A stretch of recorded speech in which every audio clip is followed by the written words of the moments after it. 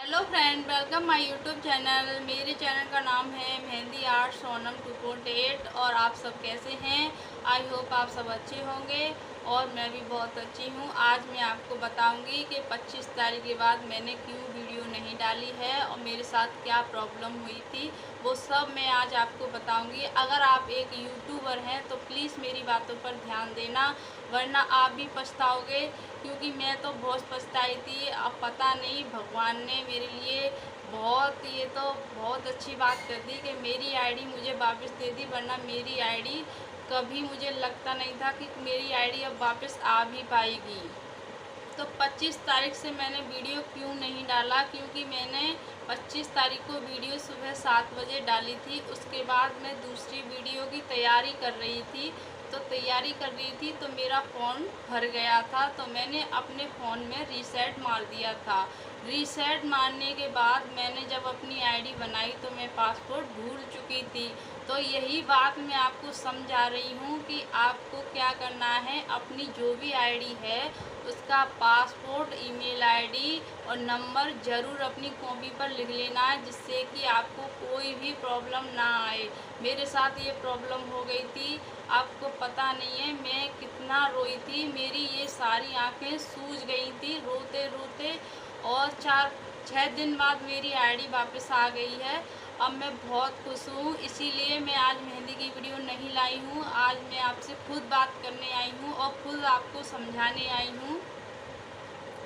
तो जब मैं ईमेल आईडी बना रही थी तो वो पासपोर्ट मांग रहा था, तो पासपोर्ट मेरे पास मुझे पता नहीं था, और जो पासवर्ड था वो भी दूसरी सिम का था। ये इसमें इतनी प्रॉब्लम आ गई थी, वो भी दूसरी सिम का था। वो जो सिम मैंने फेंक दी थी वो चलाई भी नहीं थी।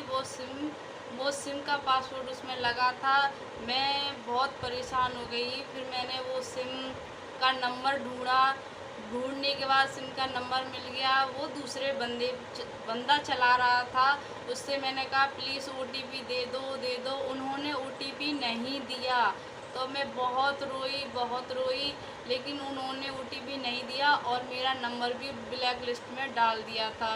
तो उसके बाद मैंने फिर दोबारा से अपने फ़ोन में रीसेट मरवा दिया। रीसेट मरवाने के बाद फिर मैंने दोबारा से मैंने कहा चलो ईमेल आईडी बना के देखते हैं। फिर भी ईमेल आईडी नहीं बन रही थी। वो ओटीपी ही मांग रहा था, लेकिन ओटीपी हम दे नहीं पा रहे थे। फिर पता नहीं ऐसा क्या हुआ कि मैं भी अचंभे में पड़ गई। और एक दिन पहले मैं रो रही थी, और अपने जो गुरु हैं मेरे, मैं उनको मानती हूँ, उनसे मैंने प्रार्थना की और बहुत मैं रोई उस रात। सुबह पता नहीं क्या हुआ कि मैं जब फ़ोन देख रही थी तो खुद ब खुद ओटीपी पता नहीं क्या आ गया कि अपने आप आईडी मेरी वापस आ गई। और मैं इतनी खुश हो गई सुबह सुबह कि आपको क्या बताऊं। तो मेरा मन किया कि चलो मैं आज आपसे बात कर लेती हूं और अपनी प्रॉब्लम को आपके साथ शेयर कर देती हूं। इससे क्या होगा कि आप सुरक्षित रहेंगे और आपकी आईडी भी सुरक्षित रहेगी। इसलिए मैं आपको बता रही हूँ कि आपको अपना नंबर, पासपोर्ट और जो भी ईमेल आईडी है वो प्लीज़ अपनी डायरी में लिख लेना, जिससे कि आपको प्रॉब्लम ना आए। तो ये मैं खुद की बीती बात बता रही हूँ, क्योंकि मुझे कोई उम्मीद नहीं थी कि मेरी आईडी वापस आ जाएगी, लेकिन फिर भी मेरी आईडी वापस आ गई है।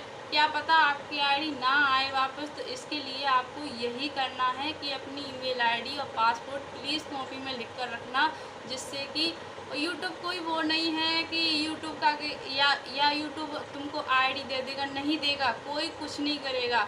और मेरा भी पता नहीं कैसे आ गई है, लेकिन मुझे कोई उम्मीद नहीं लग रही थी। मैं रोते रोते पागल हुई जा रही थी।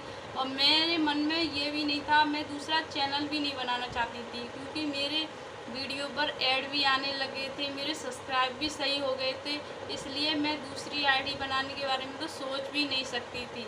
लेकिन क्या पता आपकी दुआ या मेरी दुआ, किसी की दुआ काम, सबकी दुआ काम कर गई, इसलिए मेरी आईडी वापस आ गई। आप सब लोग मुझसे इतना प्यार करते हैं, मुझे इतने अच्छे लगते हैं कि आप इतना प्यार भरे कमेंट करते हैं कि मैं आपको क्या बताऊं।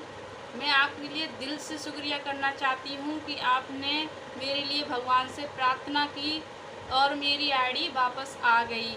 बहुत बहुत थैंक यू और धन्यवाद। और फिर मिलेंगे कल, और कल के लिए हम लाएंगे एक क्लास जो कि होगी 5वीं 4थी क्लास तक तो मैंने आपको बता दिया है। अब मैं 5वीं क्लास के बारे में बताऊंगी। तो ओके, बाय बाय, टाटा।